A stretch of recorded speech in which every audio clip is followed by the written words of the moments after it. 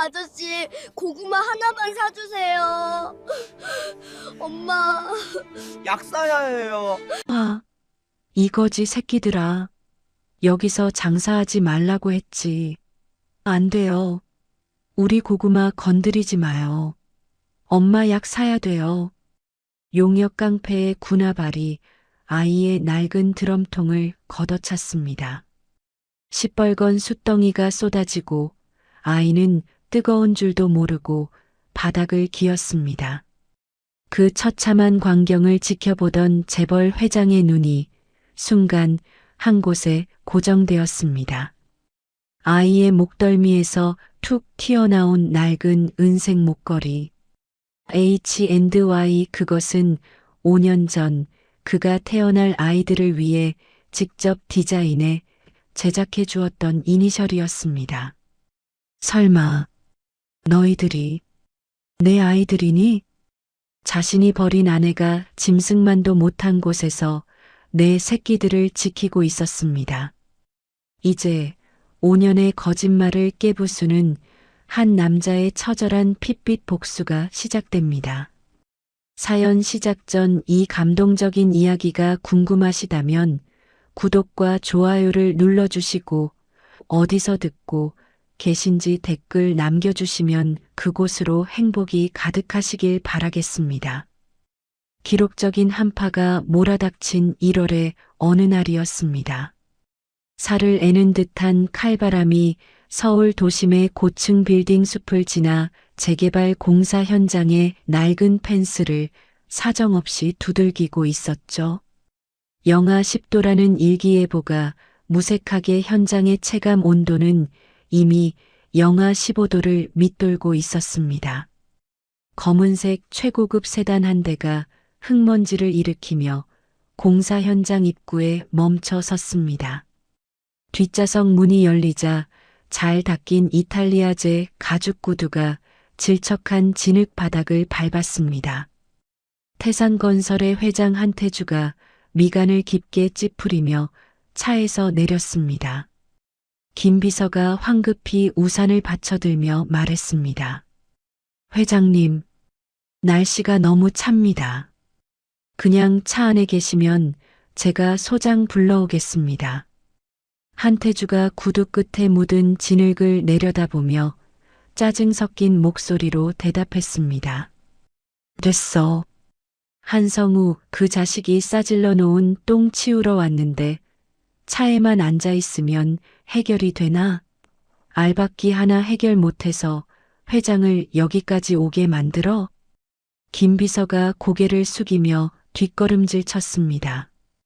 죄송합니다. 부사장님이 워낙 강하게 밀어붙이시는 바람에 민원이 끊이질 않아서요. 한태주가 코트 깃을 여미며 현장 사무소를 향해 걸음을 옮겼습니다. 그때 어디선가 둔탁한 굉음과 함께 아이의 비명소리가 들려왔습니다. 현장 입구 한 구석, 찌그러진 펜스 앞이었습니다. 아, 내 고구마. 한태주가 걸음을 멈추고 고개를 돌렸습니다.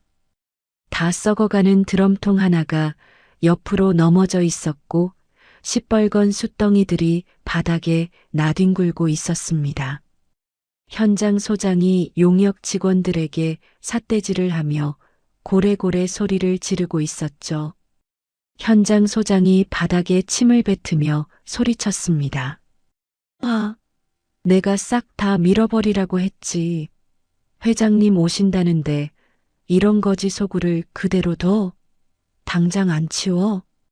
용역 반장이 넘어진 드럼통을 군화발로 걷어차며 대꾸했습니다.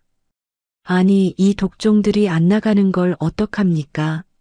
아, 꼬맹이 너 안 비켜? 확 묻어버린다.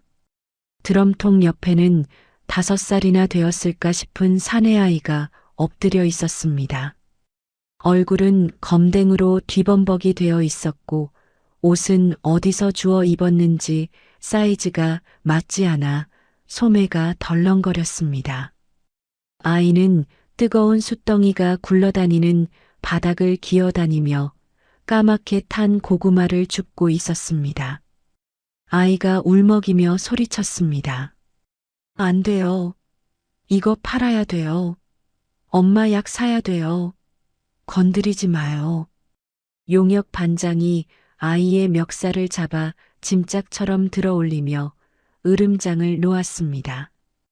이 새끼가 진짜 좋은 말로 할 때 꺼지라고 했지. 너랑 내 엄마랑 쌍으로 묻혀볼래? 한태주는 그 광경을 보며 혀를 찼습니다.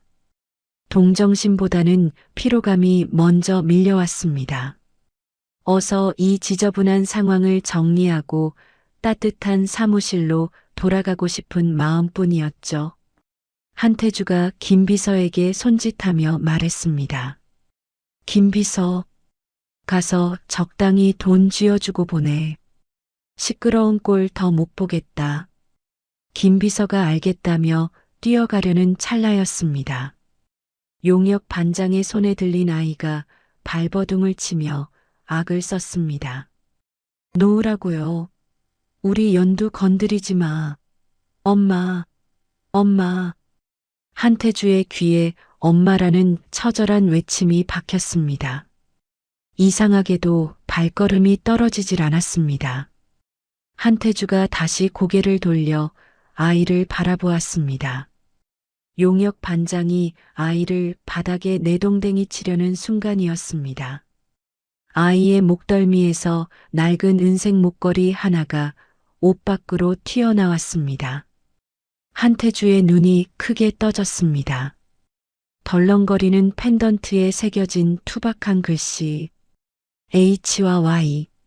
그것은 5년 전 아내 서지안이 임신했을 때 한태주가 직접 그려주었던 도안이었습니다. 한태주의 심장이 쿵 하고 내려앉았습니다. 한태주가 비명을 지르듯 소리쳤습니다. 멈춰. 당장 그 손 놔.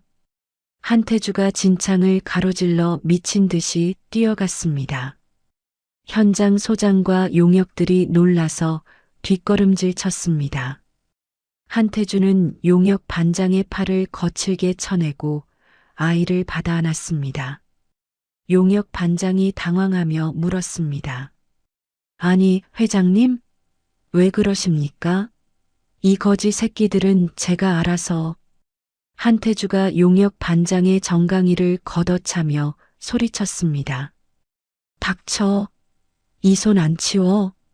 한태주는 떨리는 손으로 아이의 목에 걸린 목걸이를 쥐었습니다. 가까이서 보니 확실했습니다.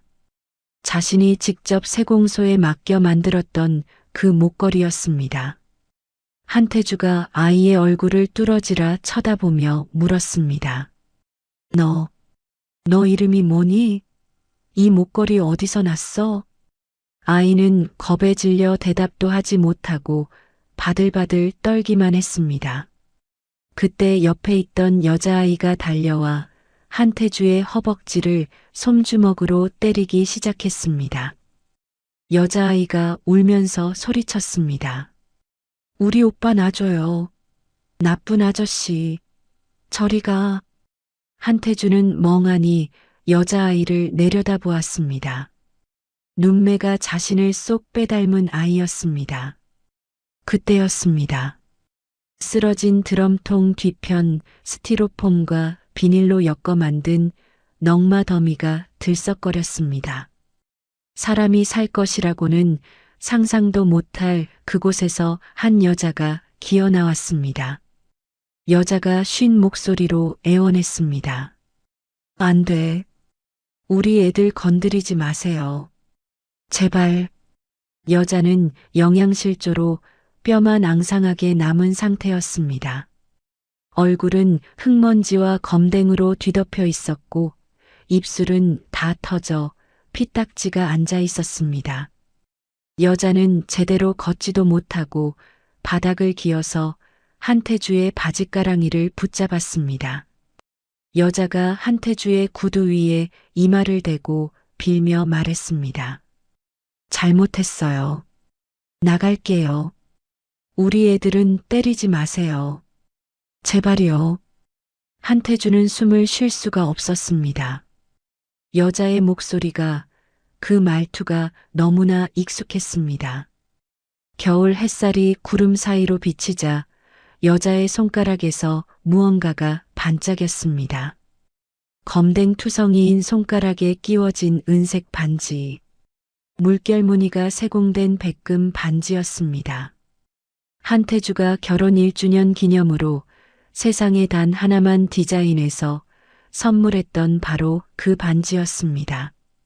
한태주가 털썩 무릎을 꿇었습니다. 명품 양복 바지가 차가운 진흙탕에 젖어 들어갔지만 아무런 느낌도 나지 않았습니다. 한태주가 떨리는 손으로 여자의 얼굴을 감싸 쥐었습니다. 여자가 힘겹게 고개를 들어 한태주를 바라보았습니다. 초점 없는 눈동자가 흔들렸습니다. 한태주가 갈라지는 목소리로 불렀습니다. 지안아? 당신 지안이 맞아? 서지안은 고열에 시달리는지 한태주를 알아보지 못했습니다. 그저 헛손질을 하며 아이들을 찾을 뿐이었습니다. 서지안이 허공에 손을 젓으며 중얼거렸습니다. 하늘아, 연두야, 엄마가 미안해. 배고프지? 한태주의 머릿속에서 무언가가 끊어지는 소리가 들렸습니다. 5년 전 불륜을 저질렀다며 당당하게 집을 나갔던 아내. 자신의 아이가 아니라며 뻔뻔하게 대들었던 그 모습은 온데간데 없었습니다. 굶어 죽어가면서도 반지만은 팔지 않은 채 이 차가운 길바닥에서 아이들을 지키고 있었습니다. 자신의 핏줄인 아이들은 검게 탄 고구마를 팔며 매을 맞고 있었습니다. 한태주가 서지안을 와락 끌어안았습니다. 지독한 땀 냄새와 탄 냄새가 코를 찔렀지만 그것은 역겨움이 아니었습니다. 사무치게 그리웠던 가족의 냄새였습니다. 한태주가 하늘을 향해 짐승처럼 울부짖었습니다. 으악, 지안아, 여보, 내가 미안해. 내가 죽일 놈이야. 한태주의 통곡 소리가 공사장의 소음을 집어삼켰습니다. 김비서도 현장 소장도 용역들도 모두 얼어붙은 채 그 광경을 바라만 보았습니다. 영문도 모르는 하늘이와 연두가 한태주의 품에 안겨 엉엉 울음을 터뜨렸습니다. 한태주가 아이들을 품에 꽉 안으며 흐느꼈습니다. 미안하다. 아빠가 미안해. 아빠가 너무 늦었어.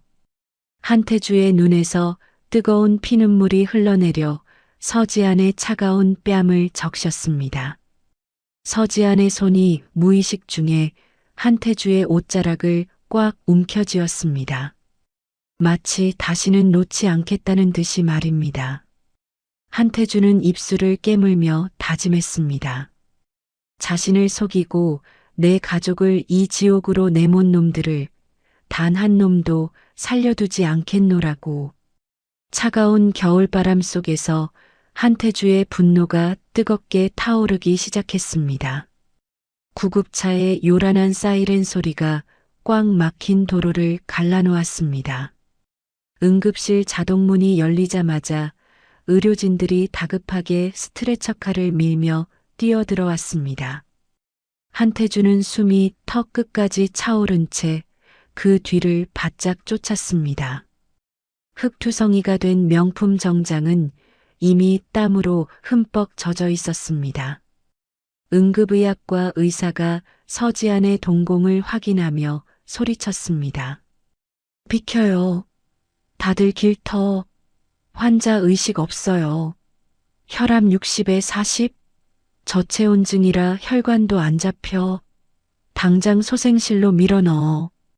간호사들이 서지안이 누운 침대를 밀고 소생실로 들어갔습니다.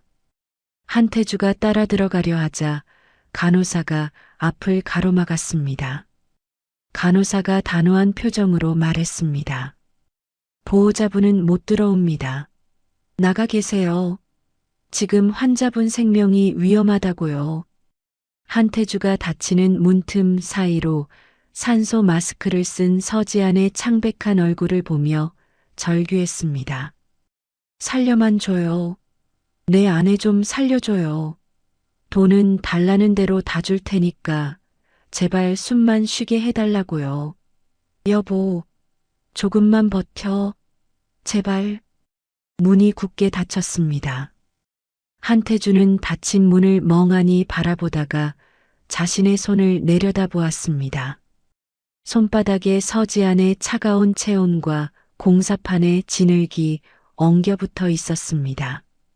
그때 등 뒤에서 모기만한 목소리가 들려왔습니다. 아저씨, 엄마. 한태주가 퍼뜩 정신을 차리고 뒤를 돌아보았습니다. 응급실 대기실 구석, 쇠로 된 벤치 밑이었습니다. 하늘이와 연두가 웅크리고 앉아 서로를 꼭 끌어안고 바들바들 떨고 있었습니다. 낯선 병원의 하얀 조명, 코를 찌르는 소독약 냄새, 고함치는 의사들. 아이들에게 이곳은 또 다른 공포였습니다. 한태주가 아이들에게 다가가자 아이들이 움찔하며 뒤로 물러났습니다. 한태주는 그제야 자신이 얼마나 험악하고 위압적인 꼴을 하고 있는지 깨달았습니다. 흙 묻은 넥타이를 거칠게 풀어 바닥에 던지고 재킷을 벗어 의자 위에 놓았습니다. 셔츠 소매를 걷어올린 한태주가 천천히 무릎을 꿇었습니다. 한태주가 편의점 봉투를 내밀며 최대한 부드러운 목소리로 말했습니다. 배, 많이 고프지? 자, 이거 먹자. 따뜻한 우유랑 빵이야. 어서. 한태주는 편의점에서 급하게 사온 따뜻한 우유와 빵을 아이들 앞으로 밀어주었습니다. 하늘이는 침을 꼴깍 삼키면서도 한태주의 눈치를 살폈습니다. 그러다 동생 연두가 배를 잡고 칭얼거리자 하늘이가 잽싸게 빵 봉지를 낚아챘습니다. 하늘이는 빵을 뜯어 동생 입에 먼저 넣어주었습니다. 하늘이가 연두의 등을 토닥이며 말했습니다. 연두야, 천천히 먹어채 한다. 허겁지겁 빵을 삼키는 아이들의 손등이 한태주의 눈에 들어왔습니다. 군고구마 통에 데어 벌겋게 부어오른 화상 자국, 추위에 터져 피딱지가 앉은 동상. 한태주는 입술을 꽉 깨물어 흐르는 눈물을 삼켰습니다. 자신이 최고급 위스키를 마시며 신세 한탄을 하던 그 시간, 내 새끼들은 살기 위해 불통을 나르고 있었습니다. 우유를 마신 연두가 입가에 흰 수염을 묻힌 채 물었습니다. 아저씨는 누구세요? 우리 엄마 아는 사람이에요? 한태주의 목을 대가 뜨겁게 일렁였습니다. 아빠야. 내가 너희 아빠야. 목구멍까지 차오른 말을 차마 뱉을 수가 없었습니다. 5년이나 내팽개친 죄인이 감히 입에 담을 단어가 아니었습니다. 한태주가 떨리는 손을 뻗으며 말했습니다. 그냥 너희한테 죄를 많이 지은 사람이야. 미안하다. 정말 미안해. 한태주의 손끝이 연두의 머리카락에 닿으려는 찰나였습니다. 복도 끝에서 요란한 구두 굽소리가 들려왔습니다.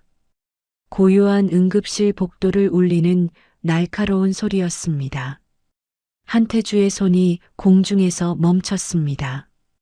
익숙하고도 역겨운 향수 냄새가 났습니다. 한태주가 천천히 고개를 돌렸습니다. 한성우가 비릿한 웃음을 흘리며 말했습니다.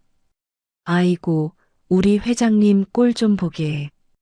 여기서 대체 뭐 하시는 겁니까? 쪽팔리게 시리. 한성우였습니다. 태산건설 부사장이자 한태주의 이복 동생. 뒤에는 험상궂은 수행원 넷이 병풍처럼 서 있었습니다.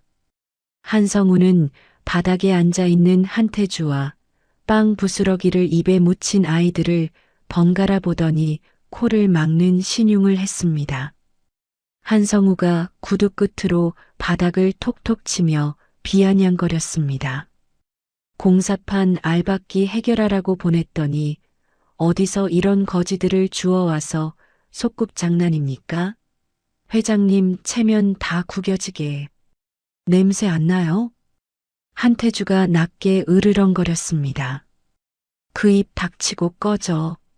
내 눈에 띄지 마라. 하지만 한성우는 멈추지 않았습니다. 한성우가 구두 끝으로 하늘이가 먹던 우유팩을 툭 쳤습니다. 우유팩이 넘어지며 하얀 우유가 바닥에 쏟아졌습니다. 연두가 울상을 지으며 소리쳤습니다. 아, 내 우유. 아저씨 왜 그래요? 우리 우유란 말이에요. 한성우는 더러운 것이 묻었다는 듯 구두를 바닥에 문질렀습니다. 한성우가 한태주를 내려다보며 혀를 찼습니다. 아이고 냄새야. 형님, 혹시 그 소문 때문에 이럽니까? 형수? 아니지. 그 꽃뱀년이 딴 놈 씹에서 도망친 거 세상 천지가 다 아는데.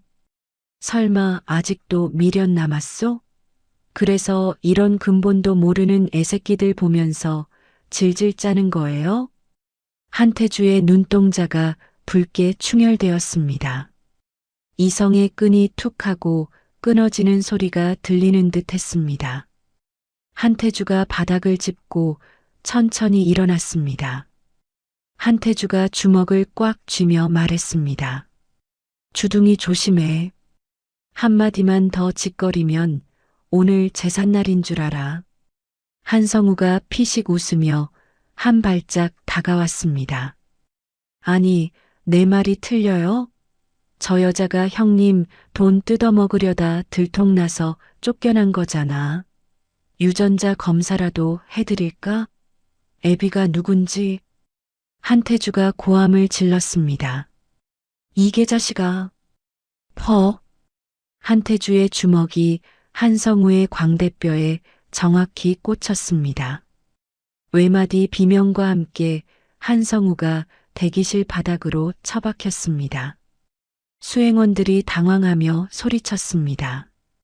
부사장님, 괜찮으십니까? 아, 저거 안 잡아? 회장이고 뭐고 다 잡아. 수행원들이 달려들었습니다. 하지만 5년간 술에 절어 살았어도 한태주는 한태주였습니다. 한태주는 달려드는 놈의 정강이를 걷어차고 옆에 있던 철제 링거 거치대를 뽑아들었습니다. 한태주가 링거대를 야구 방망이처럼 휘두르며 소리쳤습니다. 오지마. 다 죽여버린다.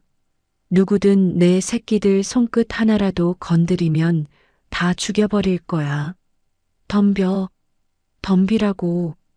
링거대를 휘두르는 한태주의 모습은 굶주린 늑대 같았습니다.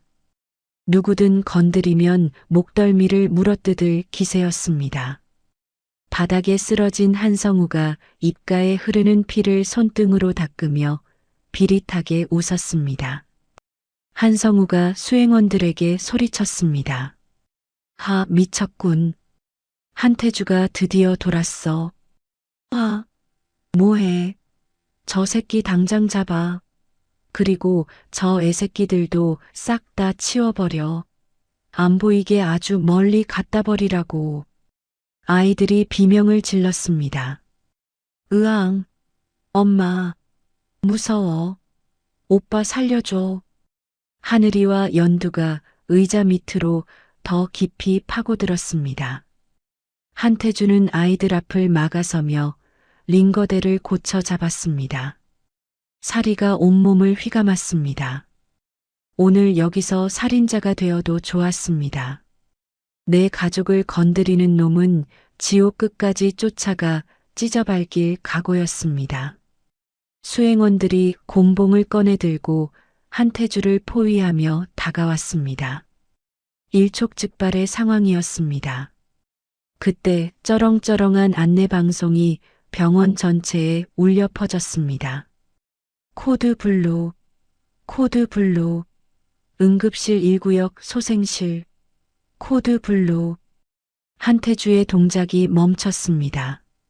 소생실, 서지안이 들어간 곳이었습니다. 곧이어 수술복을 입은 의사가 땀범벅이 되어 대기실로 뛰어나왔습니다. 의사가 다급하게 주위를 둘러보며 외쳤습니다. 윤서영 환자 보호자분 어디 계십니까? 한태주가 링거대를 바닥에 던지고 의사에게 달려들었습니다. 한태주가 의사의 가운을 붙잡으며 물었습니다. 접니다. 제가 남편입니다. 제 아내 왜 그럽니까?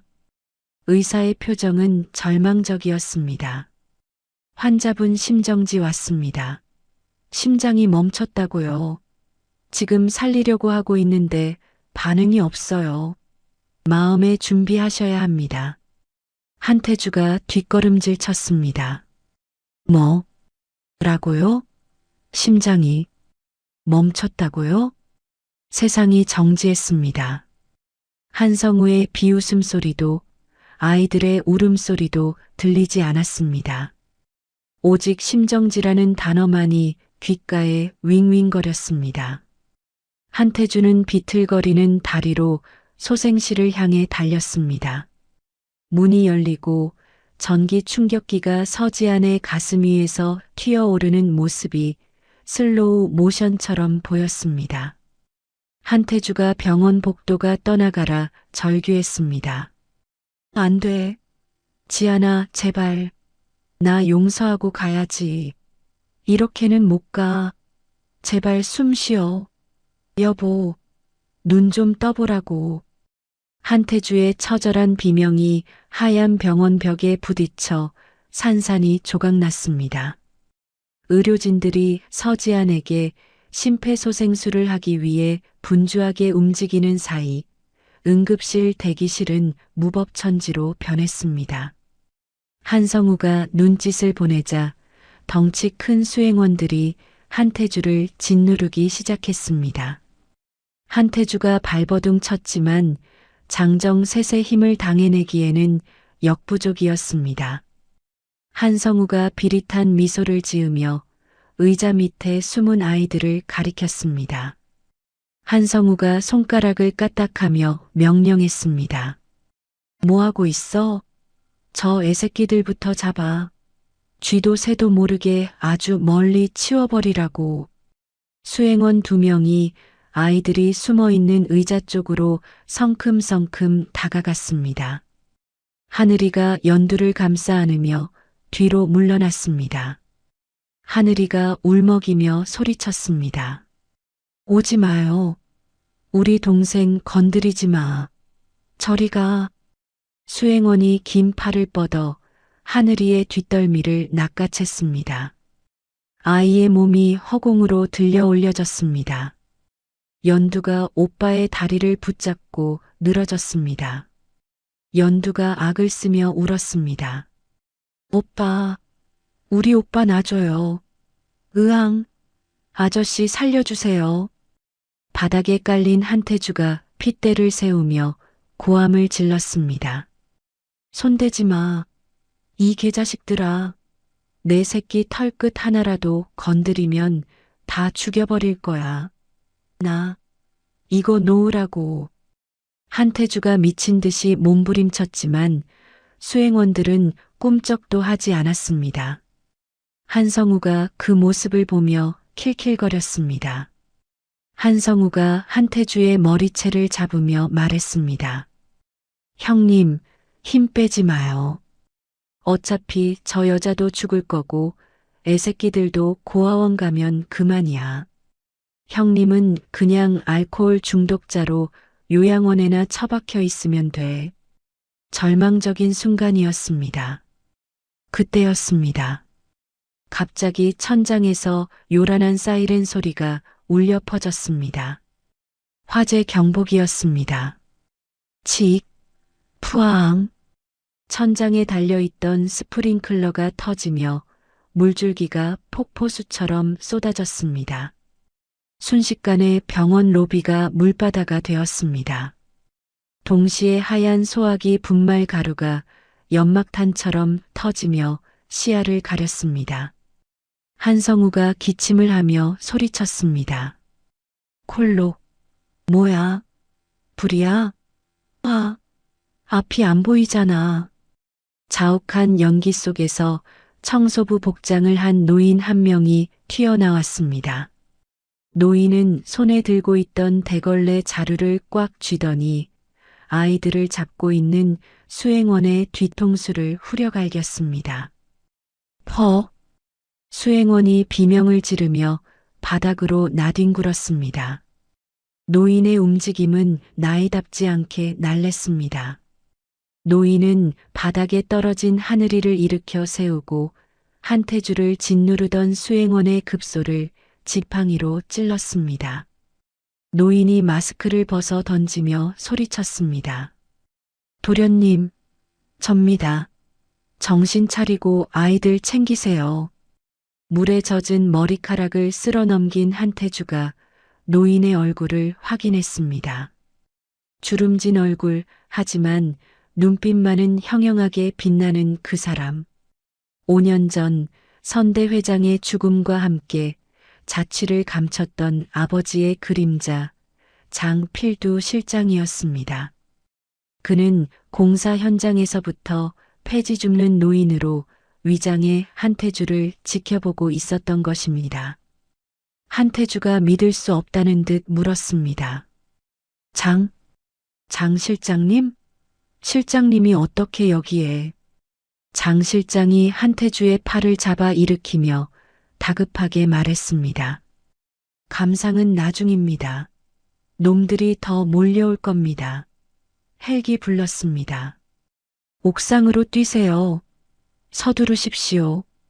장 실장은 멍하니 서 있는 의료진을 향해 소리쳤습니다. 뭐합니까? 환자 침대 밀어요. 옥상으로 갑니다.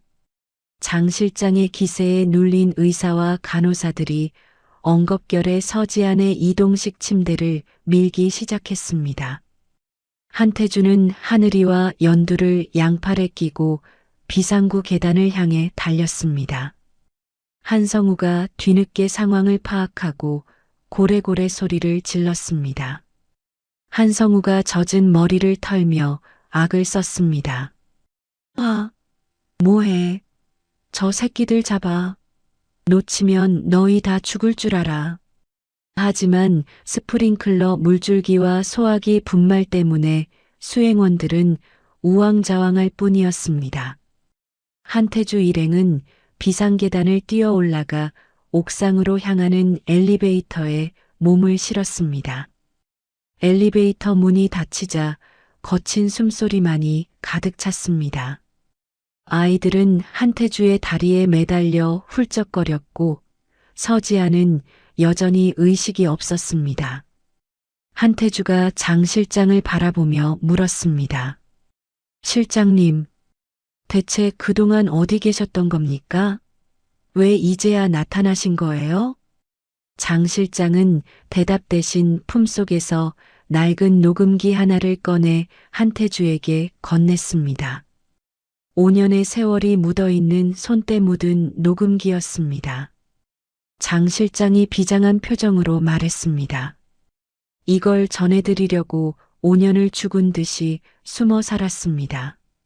민화영 이사가 도련님 주변을 24시간 감시하고 있어서 접근할 수가 없었어요. 섣불리 나섰다간 이 증거마저 뺏길까봐. 한태주가 떨리는 손으로 녹음기를 받아들었습니다. 장 실장이 재생 버튼을 눌렀습니다. 지지직거리는 잡음 사이로 너무나 익숙하고 끔찍한 목소리가 흘러나왔습니다. 계모 민화영의 목소리였습니다. 여보세요? 김 원장이죠? 내가 시킨 대로 했어요? 윤서영 산부인과 차트 싹 다 지우세요. 태주놈 씨인 거 절대 모르게 하라고요.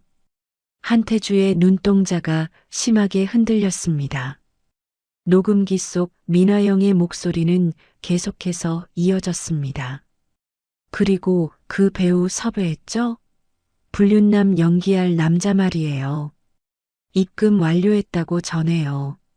사진 합성도 티 안 나게 잘하라고 하고요. 태주놈이 멍청해서 금방 속을 거예요. 민화영이 웃음을 터뜨리는 소리가 들렸습니다. 그리고 이어진 말은 한태주의 심장을 난도질했습니다. 혹시라도 애가 태어나면 죽여버리세요. 태어나기도 전에 처리하면 더 좋고, 내 아들 성우 앞길 막는 것들은 씨를 말려야지. 안 그래요? 딸깍. 녹음이 끝났습니다. 엘리베이터 안에는 정적만이 감돌았습니다. 한태주의 손이 부들부들 떨렸습니다. 녹음기를 쥔 손에 얼마나 힘을 주었는지 하얗게 질려 있었습니다. 모든 것이 조작이었습니다. 자신의 아내는 불륜을 저지르지 않았습니다. 아이들은 자신의 핏줄이 확실했습니다. 그런 줄도 모르고 아내를 의심하고 내쫓았습니다. 그것도 모자라 아이들을 죽이려고까지 했습니다. 한태주가 벽을 주먹으로 치며 울부짖었습니다.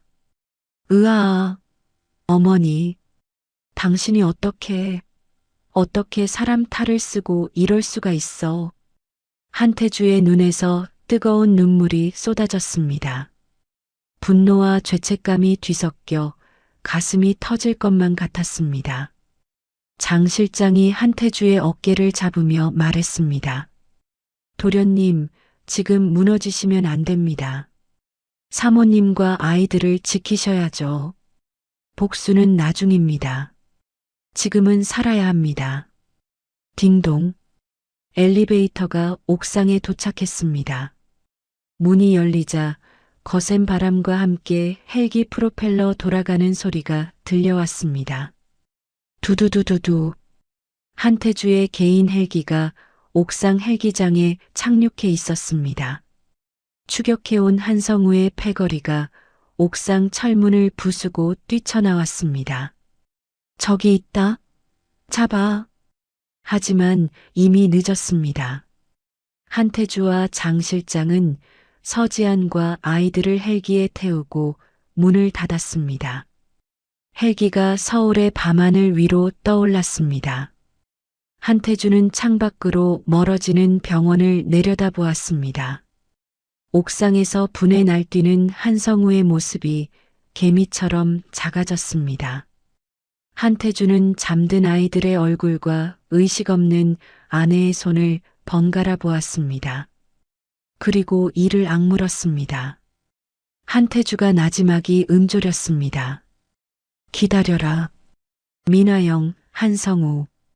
내 가족이 흘린 눈물만큼, 아니, 그 1000배, 1000배로 피눈물 흘리게 해줄 테니까. 지옥이 뭔지 똑똑히 보여주마. 한태주가 헬기 조종사에게 말했습니다. 가평으로 가. 아무도 모르는 그곳으로. 헬기가 어둠을 뚫고 북쪽으로 향했습니다. 차가운 밤 공기 속에서 한태주의 복수심이 뜨겁게 타오르고 있었습니다.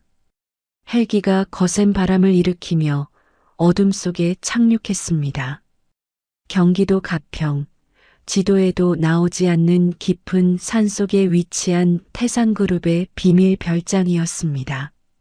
미리 대기하고 있던 국내 최고의 의료팀이 서지안을 인계받아 별관에 마련된 간이 중환자실로 옮겼습니다. 한태주는 멍하니 그 모습을 지켜보다가 아이들을 데리고 본관으로 들어갔습니다. 별장 안은 휘황찬란했습니다. 최고급 대리석 바닥이 조명을 받아 반짝거렸고 거실 한가운데에는 벽난로가 타오르며 훈훈한 온기를 내뿜고 있었습니다. 하지만 아이들은 그 따뜻함이 오히려 낯설고 무서운 모양이었습니다. 한태주가 아이들을 푹신한 소파에 앉히려고 하자 하늘이가 뒷걸음질을 쳤습니다. 하늘이가 연두의 손을 꼭 잡으며 말했습니다. 싫어요. 여기 무서워요. 우리는 그냥 바닥이 좋아요. 아이들은 소파 대신 현관 신발장 구석, 차가운 대리석 바닥에 웅크리고 앉았습니다. 5년 동안 차가운 공사판 바닥과 쪽방에서만 지내온 탓에 푹신한 곳에서는 잠을 잘 수 없었던 것입니다. 한태주의 가슴이 미어지는 것 같았습니다. 내 자식들이 따뜻한 침대를 무서워하게 만들었다니 자신이 죽일 놈이라는 생각밖에 들지 않았습니다. 한태주는 차마 아이들에게 다가가지 못하고 방문 밖에서 서성거렸습니다. 거울 속에 비친 자신의 모습이 보였습니다. 흙투성이에 피 묻은 셔츠를 입은 꼴이 영락없는 폐잔병이었습니다. 이런 몰골로 5년이나 가족을 버린 죄인이 감히 아빠라고 나설 자격이 있을까 두려웠습니다. 그때 장 실장이 다가와 한태주의 등을 떠밀었습니다.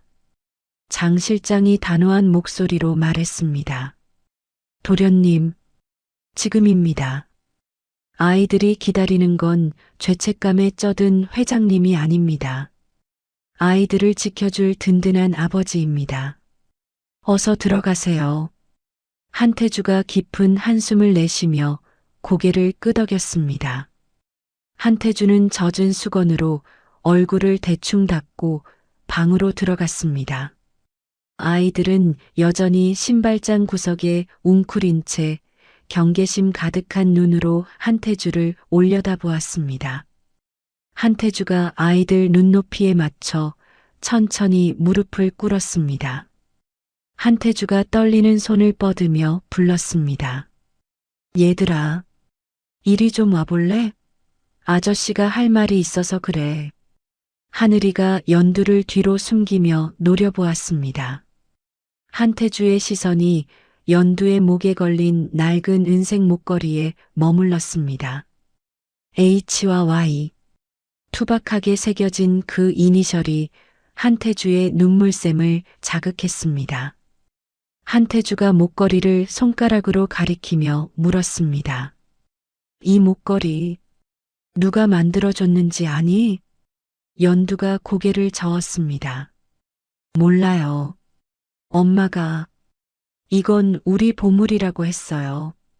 아빠가 준 거라고. 한태주가 울컥 치솟는 감정을 억누르며 말했습니다. 그래. 맞아. 이거 아저씨가 만든 거야. 하늘이의 눈이 동그랗게 커졌습니다. 네. 아저씨가요? 한태주가 고개를 끄덕이며 말을 이었습니다. 응. H는 하늘이, Y는 연두. 너희가 태어나기도 전에. 엄마랑 아저씨가 같이 지은 이름이야. 세상에서 제일 예쁜 이름이라고 밤새 고민해서 지은 거야. 한태주의 눈에서 눈물이 뚝뚝 떨어져 바닥을 적셨습니다. 하늘이가 조심스럽게 물었습니다. 엄마가 그랬어요. 우리 아빠는 아주 훌륭한 사람이라서 너무 멀리서 일해서 못 오는 거라고요. 아저씨가 우리 아빠예요? 한태주는 차마 고개를 들 수가 없었습니다. 훌륭한 사람은커녕 처자식을 사지로 내몬 못난 놈이었습니다. 하지만 이제는 도망칠 수 없었습니다. 한태주가 바닥에 머리를 박으며 통곡했습니다. 미안하다. 그래, 내가 아빠야. 아빠가 너무 늦게 와서 미안해. 너희를 이렇게 고생시켜서 정말 미안해. 한태주의 어깨가 들썩거렸습니다. 그 모습을 지켜보던 하늘이의 눈에도 눈물이 고였습니다. 항상 강한 척, 어른인 척했던 5살 꼬마가 처음으로 아이 같은 표정을 지었습니다. 하늘이가 쭈뼛거리며 다가와 한태주의 목을 끌어안았습니다. 하늘이가 울먹이며 불렀습니다. 아빠, 진짜 우리 아빠야? 연두도 다가와 한태주의 품에 안겼습니다. 아빠, 나 배고팠어. 무서웠어. 한태주는 두 아이를 부서져라 껴안았습니다. 세 사람은 현관 바닥에 엉겨붙어 서로의 체온을 느끼며 한참을 울었습니다. 5년의 공백이 눈물과 함께 씻겨 내려가는 밤이었습니다.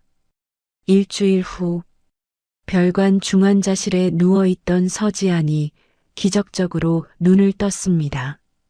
의료진의 집중 치료 덕분에 고비는 넘겼지만 여전히 야위고 쇠약한 상태였습니다. 서지안이 눈을 뜨자마자 보인 것은 침대 곁 쪽잠을 자고 있는 한태주와 그 옆에 나란히 누워 자는 아이들이었습니다. 서지안이 갈라진 목소리로 중얼거렸습니다. 여기가 천국인가? 우리 다 죽은 거야? 한태주가 서지안의 목소리에 벌떡 일어났습니다. 지안아, 정신이 들어? 나 알아보겠어? 서지안이 한태주의 얼굴을 멍하니 바라보았습니다. 꿈만 같았습니다. 다시는 볼 수 없을 거라고 생각했던 남편이 눈앞에 있었습니다. 서지안이 떨리는 손을 들어 한태주의 뺨을 만졌습니다. 따뜻했습니다. 서지안이 눈물을 흘리며 물었습니다. 여보, 당신이야? 진짜 당신이야? 어떻게 여기에? 한태주가 서지안의 손을 잡고 자신의 얼굴에 비비며 말했습니다. 그래, 나야. 꿈 아니야. 내가 당신 찾았어. 너무 늦게 찾아서 미안해. 당신 혼자 그 고생을 하게 만들어서 정말 미안해. 한태주는 장 실장에게 받은 녹음기를 서지안에게 들려주었습니다.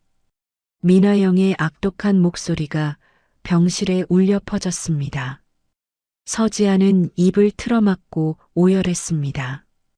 자신이 겪었던 모든 불행이 시어머니의 조작이었다는 사실에 기가 막혔습니다. 서지안이 한태주의 가슴을 주먹으로 치며 소리쳤습니다.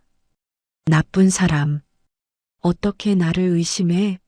어떻게 나를 쫓아낼 수가 있어? 내가 아니라고 했잖아. 내 말은 믿지도 않고. 한태주는 서지안의 원망을 묵묵히 받아내며 꼭 안아주었습니다. 때려. 더 때려도 돼. 내가 죽일 놈이야. 평생 갚을게. 평생 당신 발 닦으면서 살게. 제발 용서만 해줘. 서지안은 한태주의 품에 안겨 그동안의 서름을 모두 토해냈습니다. 한태주의 눈에 서지안의 손가락에 끼워진 낡은 반지가 들어왔습니다. 온갖 고생을 하면서도 끝까지 지켜낸 그 반지. 한태주는 다시 한번 맹세했습니다. 이제 다시는 이 여자의 눈에서 눈물이 나게 하지 않겠노라고. 다음 날 아침이 밝았습니다. 안정가옥 주방에서 달그락거리는 소리가 들렸습니다. 한태주가 앞치마를 두르고 냄비 앞에 서 있었습니다. 평생 라면 하나 끓여본 적 없는 재벌 회장이었지만 오늘만큼은 가족을 위해 요리사가 되기로 했습니다. 한태주가 국자를 들고 맛을 보며 고개를 갸웃거렸습니다. 좀 싱거운가? 미역국이 원래 무슨 맛이더라? 서지안과 아이들이 식탁에 앉아 그 모습을 지켜보고 있었습니다. 서지안은 링거 거치대를 짚고 앉아 있었지만 얼굴에는 5년 만에 처음으로 핏기가 돌았습니다. 한태주가 김이 모락모락 나는 흰 쌀밥과 미역국을 식탁에 내놓았습니다. 한태주가 쑥스러운 듯 웃으며 말했습니다. 자, 먹어봐. 맛은 보장 못한다. 그래도 정성은 가득 넣었어. 하늘이와 연두가 숟가락을 들고 국을 한 입 떠먹었습니다. 따뜻한 국물이 온몸을 녹여주었습니다. 공사판에서 식은 고구마나 컵라면으로 끼니를 때우던 아이들에게는 진수성찬이었습니다. 연두가 눈을 반짝이며 말했습니다. 아빠, 진짜 맛있어. 고구마보다 100배, 아니 1000배 맛있어. 하늘이도 볼이 미어지도록 밥을 밀어 넣으며 고개를 끄덕였습니다. 응, 아빠 최고야. 아빠라는 말. 한태주는 그 한마디에 세상을 다 가진 기분이었습니다. 한태주가 식탁 아래로 주먹을 꽉 쥐었습니다. 이 소소한 행복, 따뜻한 밥 한 끼, 이것을 지키기 위해서라면 악마와도 싸울 수 있을 것 같았습니다. 한태주가 서지안의 밥 위에 생선살을 발라 올려주며 말했습니다. 많이 먹어. 이제 아프지 말고 우리 행복하기만 하자. 서지안이 눈시울을 붉히며 미소 지었습니다. 내 식구가 처음으로 공포도 추위도 없는 식탁에 둘러앉아 웃음꽃을 피웠습니다. 하지만 창밖에는 먹구름이 몰려오고 있었습니다. 이 행복을 시기하는 자들이 움직이기 시작했기 때문입니다. 한편 서울 태산건설 본사 회장실, 민아영이 책상을 내리치며 고함을 질렀습니다. 뭐라고? 못 찾아? 헬기가 증발이라도 했다는 거야? 앞에 서 있던 비서실장이 고개를 숙이며 떨었습니다. 죄송합니다. 레이더 망에서 사라져서 추적이 불가능합니다. 가평 쪽으로 간 것 같긴 한데 워낙 산세가 험해서. 민아영의 옆에 있던 한성우가 술잔을 던지며 소리쳤습니다. 어머니, 이러다 형이 돌아오면 우린 다 끝장이에요. 녹음기까지 뺏겼다고요. 민아영이 도끼 어린 눈으로 한성우를 노려보았습니다. 진정해. 호들갑 떨지 말고. 이대로 당할 순 없지. 민아영이 수화기를 들고 어딘가로 전화를 걸었습니다. 목소리가 순식간에 차분하고 우아하게 변했습니다. 여보세요? 김 국장님? 네, 접니다. 단독 기사 하나 드리고 싶어서요. 우리 한태주 회장 말입니다. 횡령 혐의로 내부 감사를 받던 중에 도주했습니다. 네, 정신적으로 좀 문제가 있어서요. 여자 문제도 있고. 아주 자극적으로 써주세요. 네, 사진은 제가 보내드리지요. 전화를 끄는 민아영이 입꼬리를 비틀며 웃었습니다. 한태주, 내가 숨을 수 있을 것 같니? 온 세상이 너를 손가락질하게 만들어주마. 쥐새끼처럼 평생 쫓기다 죽게 해줄게. 민아영의 눈이 뱀처럼 차갑게 번뜩였습니다. 일주일이 지났습니다. 가평의 안정가옥 마당에는 아이들의 웃음소리가 울려 퍼졌습니다. 외부로 나가는 것이 위험하다는 장 실장의 만류에 한태주는 마당에 눈을 쌓아 작은 눈썰 매장을 만들었습니다. 장 실장이 창고에 있던 하얀 비료 포대에 지푸라기를 채워 썰매를 만들어 주었습니다. 한태주도 아이들도 장 실장의 비료 포대 썰매가 신기했습니다. 한태주는 장 실장이 시범을 보여주자 비료 포대 끝에 매달린 끈을 잡고 눈밭을 달렸습니다. 포대 위에는 하늘이와 연두가 올라타 소리를 지르고 있었죠. 한태주의 입에서 하얀 입김이 거칠게 뿜어져 나왔습니다. 하늘이가 신이 나서 소리쳤습니다. 아빠, 더 빨리 달려라. 이라. 연두도 고사리 같은 손으로 한태주의 등 뒤를 가리키며 웃었습니다. 아빠 힘내라. 우와, 진짜 빠르다. 한태주는 숨이 턱 끝까지 차올랐지만 멈출 수가 없었습니다. 5년 동안 이 아이들이 흘렸던 눈물을 웃음으로 바꿔주고 싶었습니다. 한태주가 눈밭에 벌러덩 드러누우며 거친 숨을 몰아쉬었습니다. 땀방울이 이마에서 흘러내려 눈 속으로 스며들었습니다. 테라스에서 담요를 덮고 앉아있던 서지안이 그 모습을 흐뭇하게 바라보았습니다. 서지안이 따뜻한 유자차를 들고 다가왔습니다. 서지안이 손수건으로 한태주의 이마를 닦아주며 말했습니다. 여보, 무리하지 마. 그러다 몸살 나겠어. 애들도 이제 그만 들어가자. 감기 걸릴라. 한태주가 서지안의 손을 잡고 일으켜 세우며 대답했습니다. 괜찮아. 나 체력 하나는 자신 있잖아. 우리 애들이 이렇게 좋아하는데 밤새도록 끌어줄 수도 있어. 하늘이가 서지안의 다리에 매달리며 졸랐습니다. 엄마, 한 번만 더, 딱 한 번만 더 탈래요. 네. 평화로운 오후였습니다. 마치 세상의 모든 불행이 이 울타리 밖에서 멈춘 것만 같았습니다. 하지만 그 평화는 살얼음판 위의 집과도 같았습니다. 장 실장이 심각한 표정으로 한태주를 불렀습니다. 회장님, 잠시 드릴 말씀이 있습니다. 한태주가 아이들을 서지안에게 맡기고 장 실장을 따라 구석으로 갔습니다. 장 실장의 표정이 어두웠습니다. 장 실장이 주위를 살피며 낮게 말했습니다. 비상약이랑 식료품이 거의 바닥났습니다. 특히 연두 아가씨 기침약이 다 떨어졌어요. 공사판 먼지 때문인지 요즘 숨소리가 영 좋지 않아서. 한태주가 걱정스런 눈빛으로 연두를 바라보았습니다. 그럼 어떡하지? 시내로 나갔다가는 놈들 눈에 띌 텐데. 장 실장이 한숨을 내쉬며 대답했습니다. 제 옛날 부하 녀석에게 연락을 해뒀습니다. 믿을 만한 놈입니다. 오늘 저녁에 물건을 싣고 뒷문 쪽으로 오기로 했습니다. 조심해서 받으면 될 겁니다. 한태주가 고개를 끄덕였습니다. 알겠어요. 실장님만 믿겠습니다.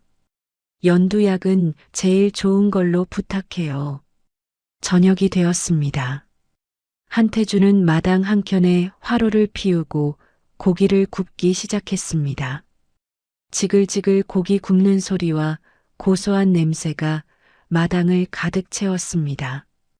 아이들은 식탁에 앉아 제비 새끼처럼 입을 벌리고 있었습니다. 한태주가 잘 익은 고기를 쌈장에 찍어 아이들 입에 넣어 주었습니다. 자, 아해봐. 뜨거우니까 호호 불어서. 연두가 볼이 미어지도록 고기를 받아 먹으며 엄지손가락을 치켜 세웠습니다. 아빠, 진짜 맛있어. 입에서 살살 녹아. 서지안도 웃으며 상추쌈을 싸서 한태주의 입에 넣어 주었습니다. 당신도 좀 먹어. 애들 챙기느라 한 점도 못 먹었잖아.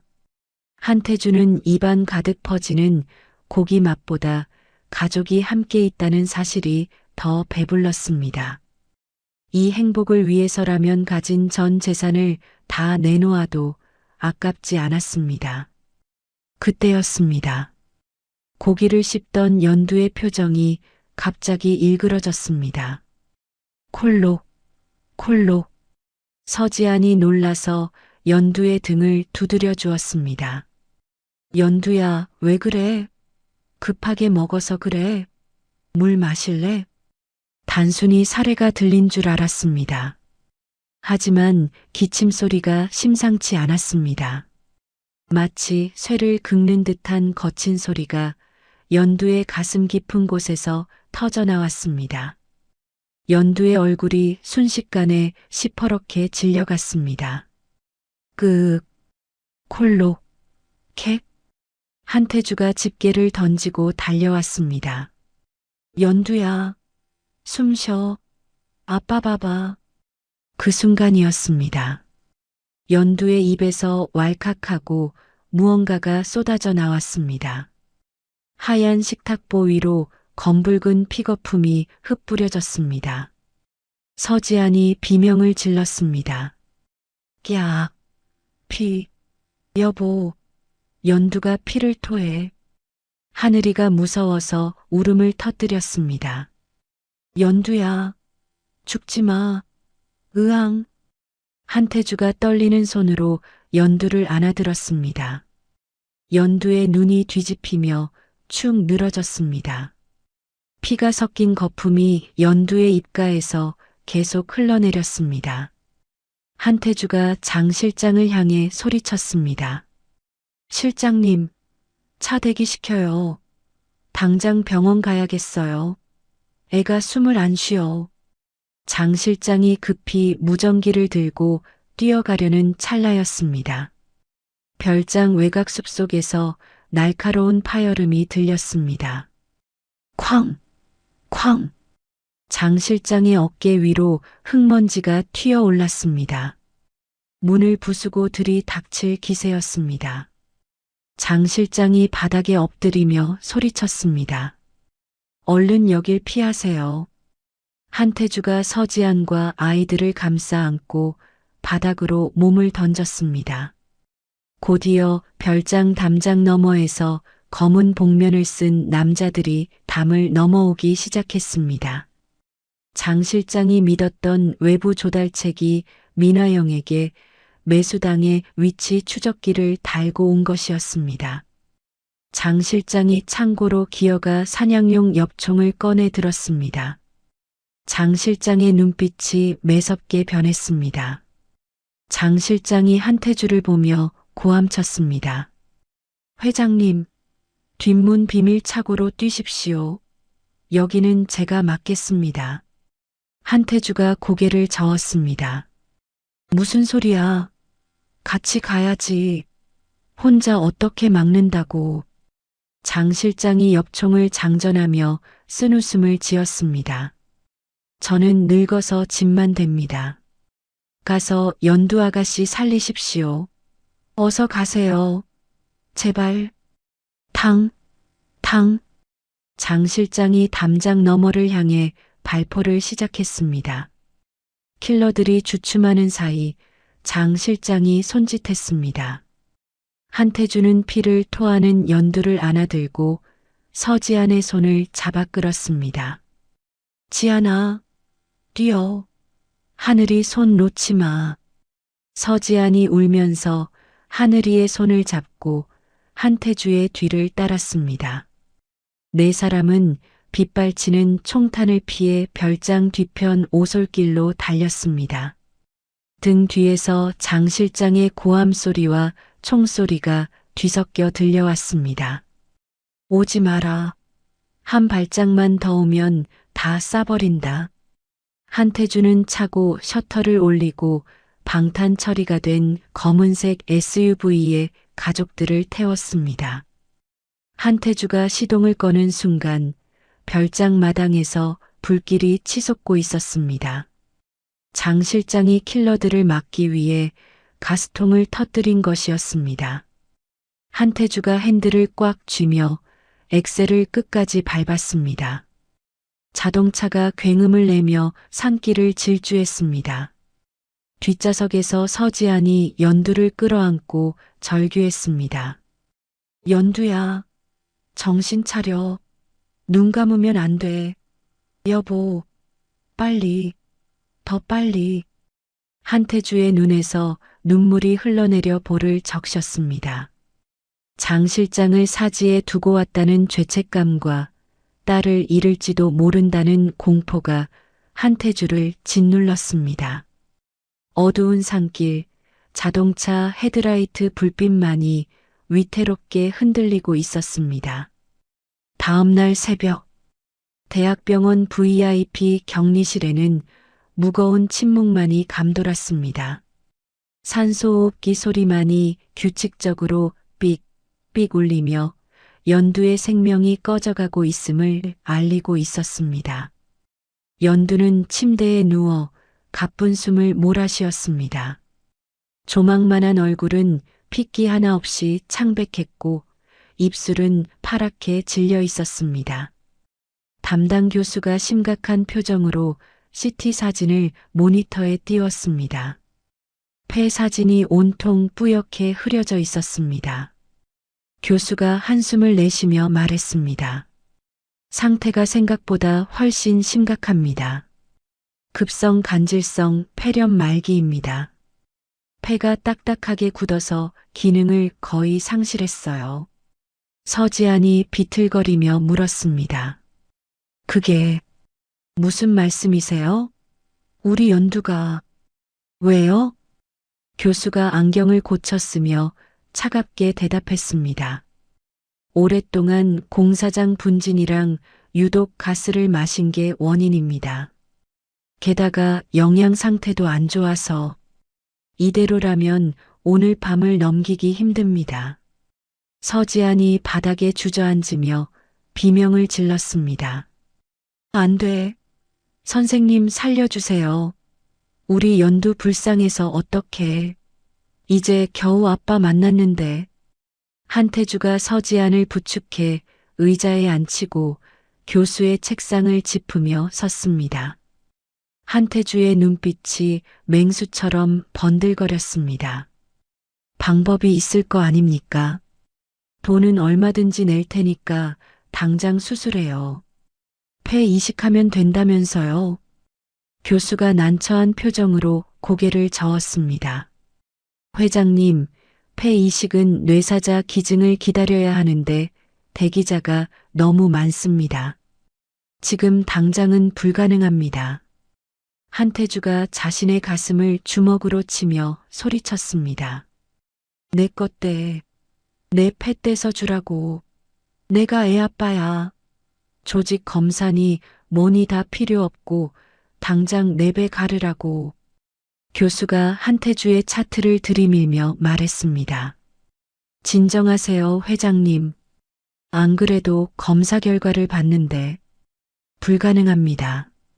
한태주가 교수의 멱살을 잡았습니다. 뭐? 불가능? 그게 의사가 할 소리야? 교수가 쇳소리를 내며 다급하게 설명했습니다. 회장님 간 수치를 보세요.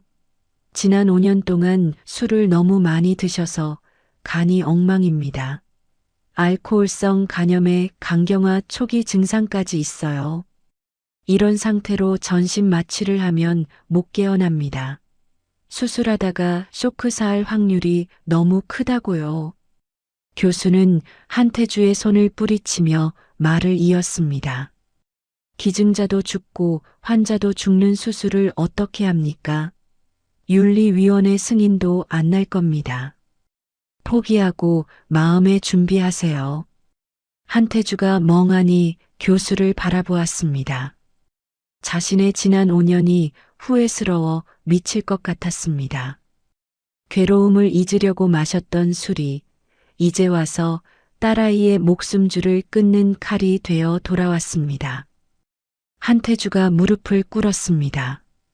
천하의 태산건설 회장이 의사 바지춤을 잡고 바닥에 머리를 박았습니다. 한태주가 오열하며 빌었습니다. 선생님, 제발 부탁드립니다. 제가 죽어도 좋습니다. 수술대 위에서 죽어도 좋으니까 제발 수술만 하게 해주세요. 네, 각서 쓰라면 1000장이라도 쓸게요. 한태주가 고개를 들어 피 맺힌 눈으로 의사를 올려다보았습니다. 확률 따위 필요 없어. 내 심장을 꺼내서라도 살려내. 내 돈, 내 병원, 내 목숨 다 줄 테니까. 제발 내 딸 숨만 쉬게 해줘. 제발. 광기 어린 한태주의 모습에 의료진들이 모두 숨을 죽였습니다. 그것은 이성 잃은 가장의 절규이자 자식을 위해서라면 지옥불에도 뛰어들겠다는 아버지의 선언이었습니다. 교수가 입술을 깨물더니 간호사에게 소리쳤습니다. 뭐해? 당장 수술방 잡아. 마취과장 호출하고 긴급 이식팀 소집해. 내가 책임질 테니까 당장 준비해. 한태주가 비틀거리며 일어나 서지안을 안았습니다. 서지안은 공포에 질려 사시나무 떨듯 떨고 있었습니다. 서지안이 한태주의 옷자락을 잡고 울었습니다. 여보, 하지마. 당신 죽는다잖아. 나 당신까지 잃으면 못 살아. 우리 그냥. 한태주가 서지안의 입을 손으로 막으며 단호하게 말했습니다. 지안아, 나 안 죽어. 연두 살려놓고 내가 왜 죽어. 나 믿지? 나 연두 아빠야. 우리 딸 내가 반드시 살릴 거야. 그때 병실 벽에 걸린 TV 뉴스 속보가 흘러나왔습니다. 화면 하단에 붉은 자막이 떴습니다. 속보 태산건설 한태주 회장, 수백억 비자금 조성 혐의로 체포영장 발부. 검찰, 병원 급습 예정. 앵커의 목소리가 병실을 때렸습니다. 도주 중인 한태주 회장이 현재 서울대병원에 은신 중이라는 제보가 들어왔습니다. 민화영 이사는 한 회장이 정신질환을 앓고 있으며 횡령 사실을 감추기 위해 잠적했다고 주장했습니다. 한태주가 창밖을 내려다보았습니다. 병원 로비 앞에 검찰 차량과 방송국 중계차들이 개미떼처럼 몰려들고 있었습니다. 민화영이 기어코 숨통을 조여오고 있었습니다. 지금 잡혀가면 연두는 죽습니다. 수술이 끝날 때까지 버텨야 했습니다. 병실 문이 열리고 붕대를 감은 장 실장이 들어왔습니다. 온몸이 그을음과 상처투성이었지만 눈빛만은 살아있었습니다. 장 실장이 절뚝거리며 다가와 말했습니다. 회장님, 놈들이 로비까지 들어왔습니다. 제 부하들이 막고는 있는데 오래 못 버팁니다. 한태주가 환자복상의 주머니에서 USB 하나를 꺼내 장 실장의 손에 쥐어주었습니다. 그리고 품속에서 꼬깃꼬깃한 종이 한 장을 꺼냈습니다. 급하게 휘갈겨 쓴 유언장이었습니다. 한태주가 장 실장의 손을 꽉 잡으며 말했습니다. 실장님, 이게 제 마지막 패입니다. 제가 수술실 들어가면 놈들이 분명히 이사회를 열 겁니다. 저 해임시키고 회사 꿀꺽하려고요. 장 실장이 USB를 보며 물었습니다. 이게 뭡니까? 한태주가 비장한 표정으로 대답했습니다. 민화영 비자금 장부랑 녹음 파일 원본입니다. 제가 마취되는 순간 이사회장에 가서 터뜨려 주세요. 제 목숨값입니다. 장 실장의 눈시울이 붉어졌습니다. 회장님, 꼭 살아서 나오셔야 합니다. 제가 목숨 걸고 시간 벌겠습니다. 장 실장이 나가자 간호사들이 이동식 침대를 가지고 들어왔습니다. 수술 시간이 임박했습니다. 한태주는 수술복으로 갈아입고 옆 침대에 누워있는 연두를 바라보았습니다. 연두는 산소호흡기에 의지해 가슴을 힘겹게 오르내리고 있었습니다. 한태주가 연두의 차가운 손을 잡았습니다. 고사리 같은 손. 이 작은 손을 잡기 위해 먼 길을 돌아왔습니다. 한태주가 연두의 귓가에 대고 속삭였습니다. 연두야, 아빠가 미안해. 아빠가 너무 늦게 알아봐서 미안해. 한태주의 눈물이 연두의 뺨 위로 떨어졌습니다. 아빠가 약속할게. 아빠가 아주 튼튼한 숨 줄게. 이제 마스크 안 쓰고 기침도 안 하고 하늘이랑 맘껏 뛰어놀게 해줄게. 아빠 폐는 아주 튼튼하거든. 서지안이 한태주의 손을 놓지 못하고 울먹였습니다. 여보, 제발, 제발 둘 다 살아서 돌아와. 나 혼자 두고 가지 마. 알았지? 한태주가 서지안을 향해 환하게 웃어 보였습니다. 가장 슬프지만 가장 듬직한 미소였습니다. 걱정 마. 나 한태주야. 내 가족 건드리는 놈들 다 쓸어버리기 전엔 절대 안 죽어. 하늘이 잘 보고 있어. 하늘이가 울음을 터뜨리며 한태주의 다리에 매달렸습니다. 아빠, 가지 마. 수술하지 마. 아빠 죽으면 어떡해. 한태주가 하늘이를 안아주며 말했습니다. 하늘아, 오빠가 엄마 잘 지키고 있어. 아빠가 동생 데리고 금방 나올게. 알았지? 뚝.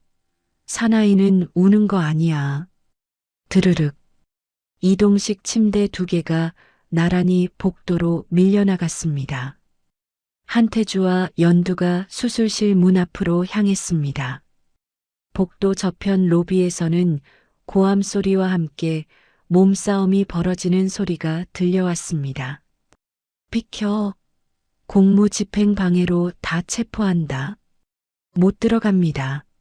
지금 수술 중입니다. 검찰 수사관들이 바리케이드를 치고 있는 경호원들을 밀치며 진입을 시도하고 있었습니다. 한태주는 그 소란을 뒤로 한 채 연두의 손을 더 꽉 잡았습니다. 한태주가 마취가 의사를 보며 말했습니다. 부탁합니다. 저는 어떻게 돼도 좋으니 아이만 살려주십시오. 수술실 자동문이 열렸습니다. 차가운 공기가 한태주의 얼굴을 스쳤습니다. 이 문이 닫히면 다시는 살아서 나오지 못할 수도 있습니다. 하지만 두렵지 않았습니다. 이것이 아버지가 해야 할 일이라면 기꺼이 지옥불이라도 걸어갈 준비가 되어 있었습니다. 서지안이 닫히는 문을 향해 절규했습니다. 여보, 연두야, 사랑해. 엄마가 사랑해. 쿵. 수술실 문이 닫혔습니다. 수술 중 램프에 붉은 불이 들어왔습니다. 그 붉은 빛은 마치 한태주의 타오르는 심장처럼 복도의 어둠을 밝히고 있었습니다. 수술실 안은 숨소리조차 들리지 않을 만큼 팽팽한 긴장감이 감돌았습니다. 집도이가 한태주의 오른쪽 가슴을 여는 개용 수술을 시작했습니다. 메스가 지나간 자리에서 붉은 피가 솟구쳤습니다. 한태주의 간 상태가 워낙 좋지 않아 지혈이 쉽지 않았습니다. 마취과장이 다급하게 외쳤습니다. 혈압이 너무 떨어집니다. 60m로 내려갔어요. 수혈팩 더 가져와요. 빨리. 집도이가 식은땀을 흘리며 소리쳤습니다. 피가 안 멈춰. 석션. 시야 확보해. 이러다 기증자부터 죽겠어. 모니터의 경고음이 요란하게 울려 퍼졌습니다. 삐삐삐. 한태주의 생명 신호가 바닥을 치고 있었습니다. 같은 시각 태산건설 본사 대회의실에는 무거운 침묵이 흘렀습니다. 긴급 이사회가 소집되었습니다. 상석에 앉은 민화영이 비통한 표정을 지으며 손수건으로 눈가를 찍어냈습니다. 물론 가짜 눈물이었습니다. 민화영이 떨리는 목소리로 연기했습니다. 여러분, 제 마음이 찢어집니다. 제 아들 태주가 횡령도 모자라 도주까지 하다니요. 회장으로서 자격 미달입니다. 옆에 앉은 한성우가 거들었습니다. 형님이 알코올 중독에 정신질환까지 있어서 판단력이 흐려졌습니다. 회사를 살리려면 어쩔 수 없습니다. 오늘부로 회의만을 가결해야 합니다. 이사들이 웅성거리기 시작했습니다. 민화영이 회심의 미소를 지으며 의사봉을 잡았습니다. 민화영이 단호하게 말했습니다. 그럼 한태주 회장 해임안에 대해 거수투표를 하겠습니다. 찬성하시는 분은 손을 들어주십시오. 한성우가 제일 먼저 손을 번쩍 들었습니다.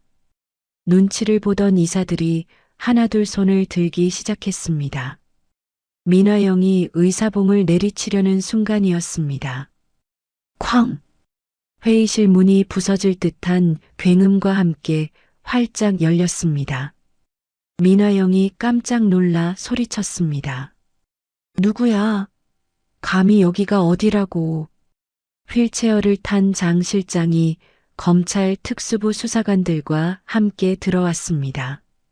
장 실장의 온몸은 붕대투성이었지만 눈빛만은 형형하게 살아있었습니다. 장 실장이 우렁차게 외쳤습니다. 멈추십시오. 이 투표는 무효입니다. 한성우가 벌떡 일어나 삿대질을 했습니다. 저 늙은이가 미쳤나? 아, 경비원 뭐해? 저거 안 끌어내고. 수사관들이 한성우 앞을 가로막았습니다. 비키세요. 공무 집행 중입니다. 다들 자리에 앉으세요. 장 실장이 휠체어를 밀고 회의실 중앙으로 나갔습니다. 손에는 한태주가 준 USB가 들려 있었습니다. 장 실장이 이사들을 둘러보며 말했습니다. 지금부터 한태주 회장님이 목숨 걸고 남긴 마지막 메시지를 공개하겠습니다. 똑똑히 보십시오. 누가 진짜 죄인인지. 장 실장이 리모컨을 누르자 대형 스크린에 영상이 떴습니다. 수술복을 입은 창백한 한태주의 얼굴이 화면 가득 나타났습니다. 이사들이 술렁거렸습니다. 화면 속 한태주가 담담하게 입을 열었습니다. 존경하는 주주 여러분, 그리고 이사님들.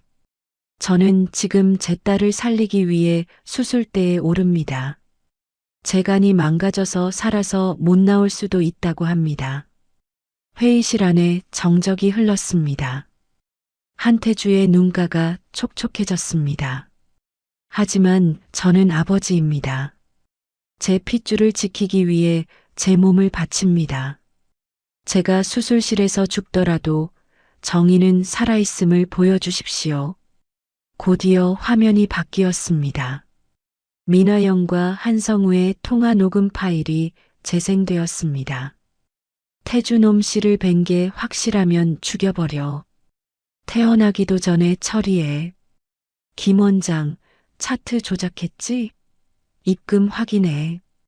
민화영의 악독한 목소리가 회의실 스피커를 찢을 듯 울려 퍼졌습니다.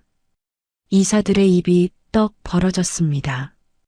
비자금 장부 내역이 스크린에 낱낱이 공개되었습니다. 민화영이 비명을 지르며 발악했습니다. 꺼. 당장 꺼. 저거 다 조작이야. 딥페이크라고. 누가 저런 가짜를 만들었어. 민화영이 리모컨을 뺏으려 달려들자 수사관이 그녀의 팔을 꺾었습니다. 철컹. 차가운 은색 수갑이 민화영의 손목에 채워졌습니다. 수사관이 무미건조하게 말했습니다. 민화영 씨, 한성우 씨, 특정경제범죄 가중처벌법 위반 및 살인 교사 혐의로 긴급 체포합니다. 당신들은 묵비권을 행사할 수 있고. 민화영이 바닥에 주저앉아 고래고래 소리를 질렀습니다. 이거 내가 누군지 알아? 나 태상건설 사모님이야. 이거 안 풀어? 한성우도 수갑을 찬 채 울먹였습니다. 엄마가 시킨 거잖아. 난 모른다고 했잖아. 왜 나까지 잡아가? 추악한 모자의 싸움이 생중계되었습니다. 장 실장은 그 모습을 보며 조용히 눈물을 흘렸습니다. 드디어 5년의 한을 풀었습니다.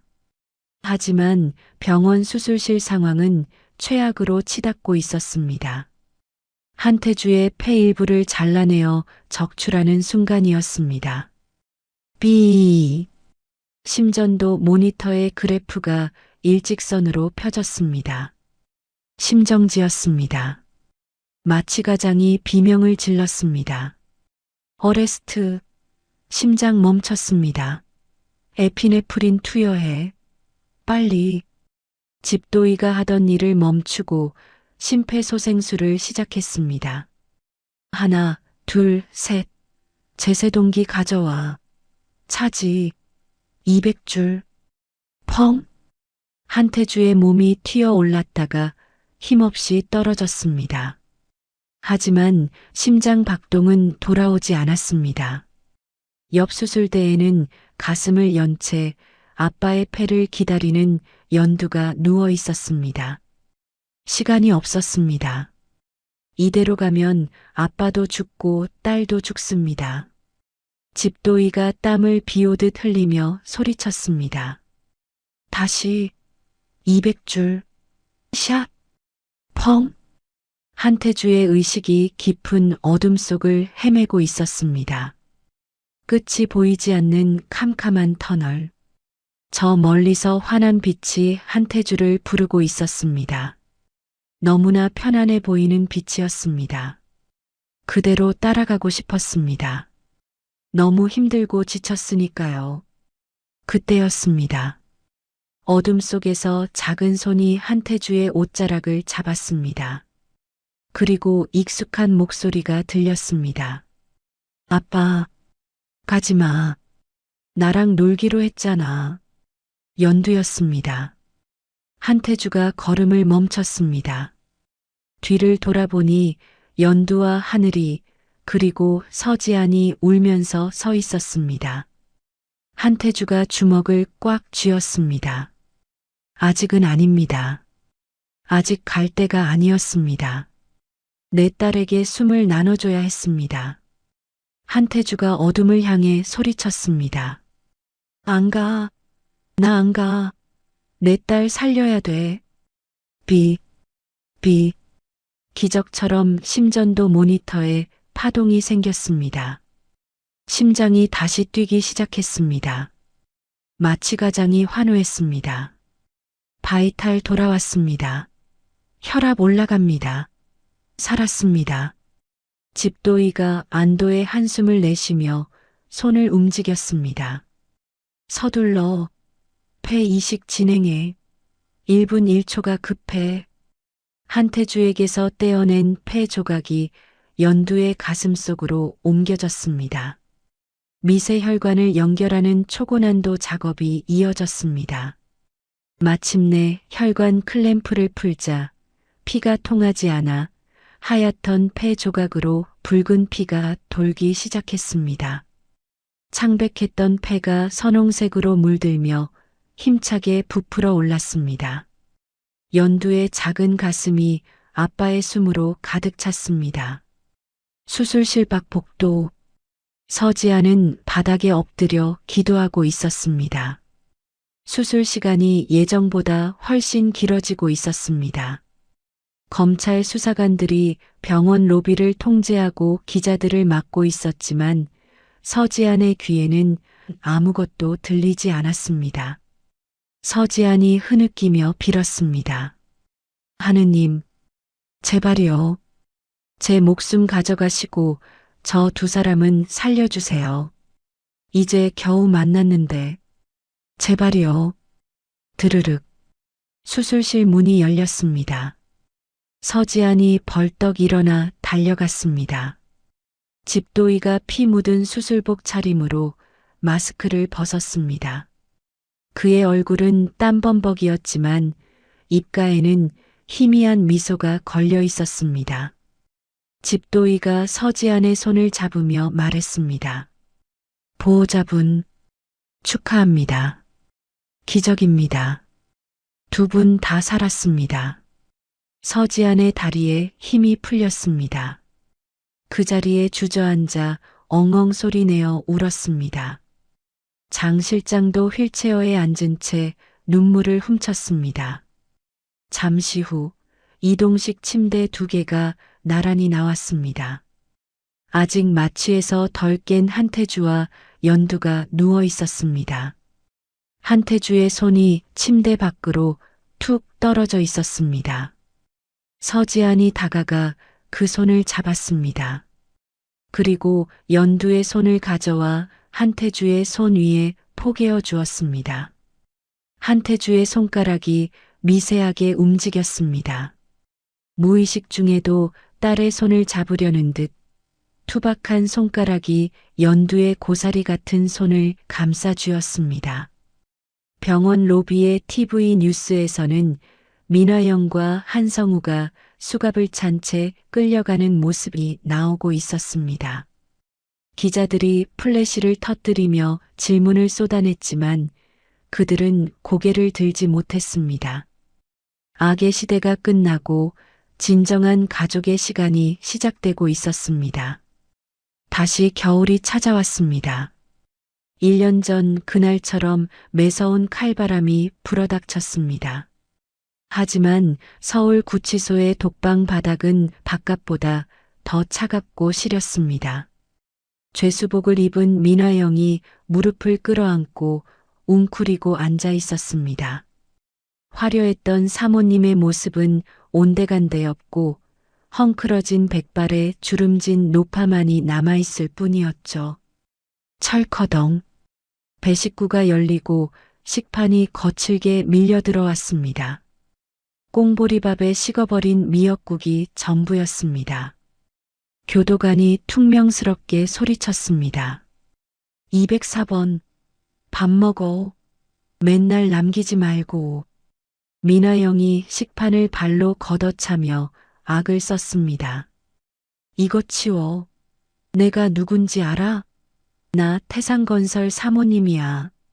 당장 지배인 오라고 해. 스테이크 가져오란 말이야. 식판이 엎어지며 국물이 바닥에 쏟아졌습니다. 교도관이 혀를 차며 비웃었습니다. 아이고, 아직도 꿈속을 헤매시네. 아줌마, 정신 차려요. 아줌마 아들 한성우 씨도 옆동에서 징역 15년 받고 콩밥 먹고 있어. 스테이크는 무슨. 민화영의 눈동자가 흔들렸습니다. 성우. 내 아들 성우. 이거 다 꿈이지? 그렇지? 내가 왜 여기 있어? 내가 왜?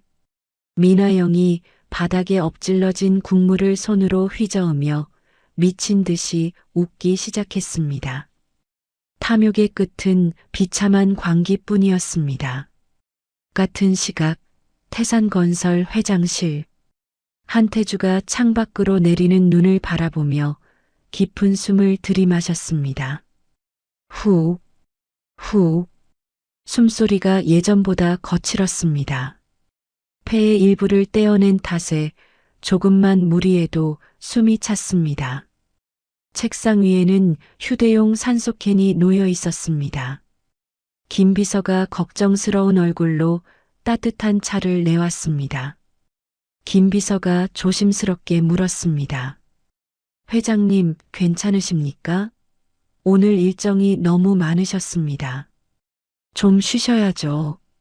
한태주가 산소캔을 한 모금 마시고는 환하게 웃었습니다. 괜찮아. 이까짓 숨 좀 차는 게 대수인가. 내 딸 연두가 숨을 쉬는데 난 숨 찰 때마다 살아있다는 게 느껴져서 오히려 좋아. 한태주가 코트를 챙겨 입으며 자리에서 일어났습니다. 차 대기시켜. 오늘은 일찍 퇴근해야겠어. 우리 강아지들이 기다리거든. 김 비서가 미소를 지으며 문을 열어주었습니다. 네, 사모님과 아이들이 쉼터에서 기다리신다고 연락 왔습니다. 조심히 다녀오십시오.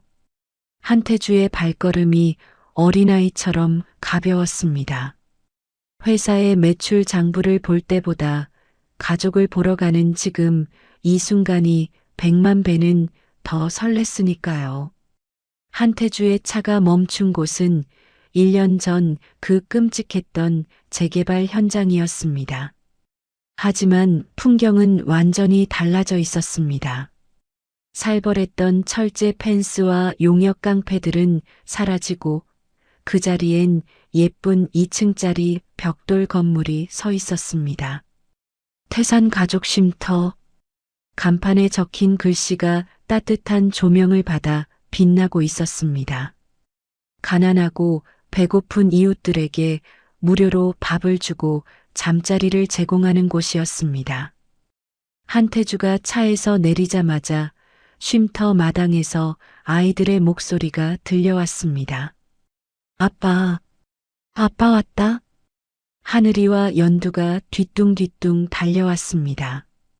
1년 전만 해도 뼈만 앙상했던 아이들이 이제는 볼살이 통통하게 올라 제법 무거워 보였습니다.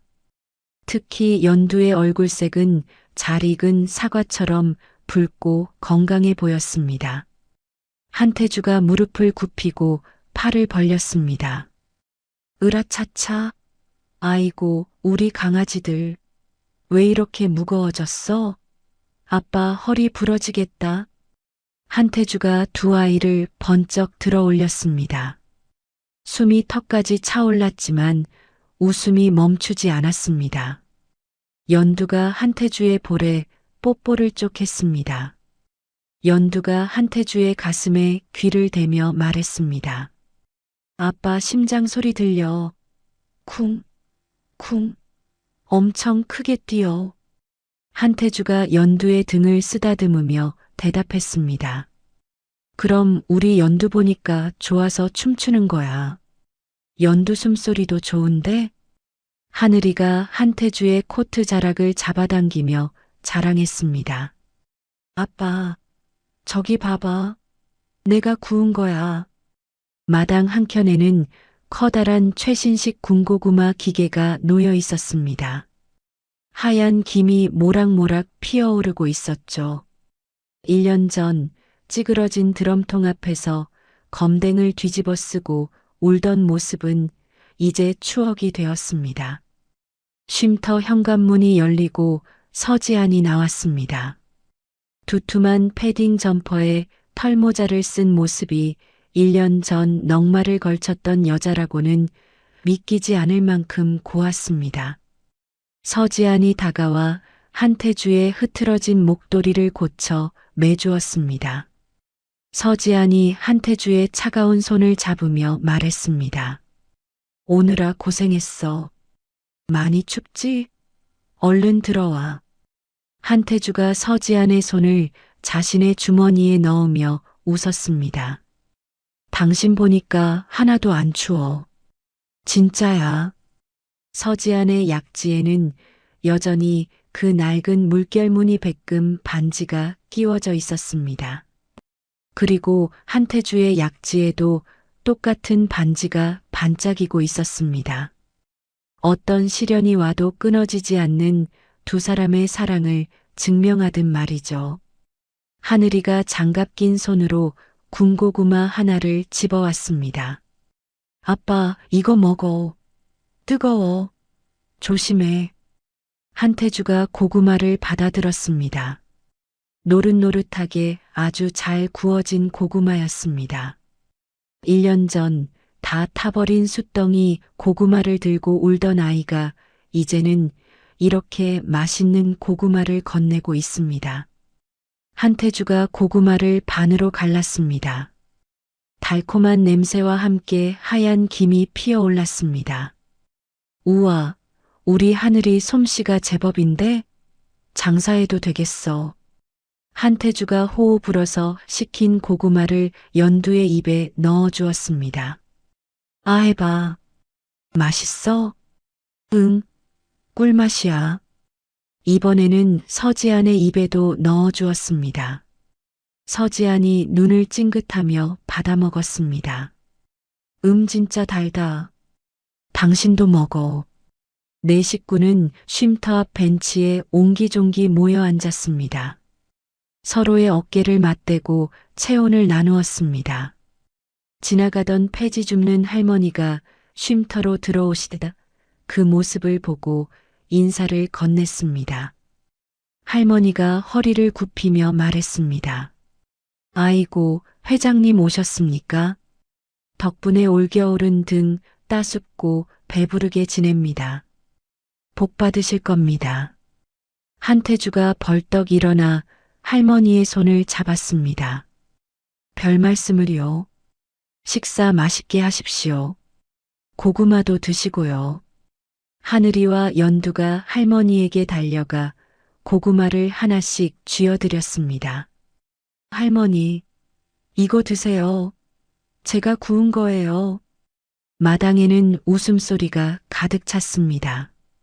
하늘에서 한방눈이 내리기 시작했습니다. 펑펑 쏟아지는 눈송이가 쉼터 마당을 하얗게 덮었습니다. 1년 전의 눈은 춥고 무서운 공포였지만 오늘의 눈은 세상을 포근하게 감싸주는 축복이었습니다. 한태주가 하늘을 올려다보았습니다. 차가운 공기가 폐부 깊숙이 들어왔습니다. 가슴 한구석이 뻐근하게 아려왔지만 그것은 고통이 아니었습니다. 살아있다는, 사랑하고 있다는 벅찬 증거였습니다. 한태주가 서지안의 어깨를 감싸 안으며 말했습니다. 지안아, 나 지금 너무 행복해. 꿈만 같아. 서지안이 한태주의 어깨에 머리를 기대며 대답했습니다. 나도 그래요. 우리 이제 헤어지지 말고 평생 이렇게 살아요. 그래. 평생. 아주 평생. 한태주가 아이들을 품에 더 꽉 끌어안았습니다. 가장 차가운 길바닥에서 시작된 그들의 이야기는 이제 세상에서 가장 따뜻한 군고구마 냄새와 함께 해피엔딩을 맞이하고 있었습니다. 눈 내리는 거리, 가족의 그림자가 하나로 겹쳐지며 따스한 빛을 내뿜고 있었습니다. 오늘 들려드린 한태주 회장 가족의 이야기 어떻게 들으셨나요? 차가운 공사판 바닥에서 시작된 비극이 가장 따뜻한 해피엔딩으로 맺어지는 과정을 보며 가슴 한구석이 묵직해지는 것을 느꼈습니다. 5년이라는 모진 세월을 견디게 해준 것은 낡은 백금 반지 하나에 담긴 서로를 향한 변치 않는 믿음이었습니다. 우리네 인생에도 예고 없는 한파가 몰아칠 때가 있습니다. 하지만 서로의 체온을 나누며 버티다 보면 반드시 군고구마처럼 달콤하고 따뜻한 봄날이 찾아올 것이라 믿습니다. 오늘 이 이야기가 여러분의 얼어붙은 마음을 녹이는 작은 난로가 되었기를 바랍니다. 가족의 소중함을 다시 한번 되새기며 오늘 곁에 있는 사랑하는 사람들에게 따뜻한 말 한마디 건네보시는 건 어떨까요? 이야기를 끝까지 들어주신 분이 계시다면 잘 들었다고 댓글 하나만 남겨주세요. 감사합니다.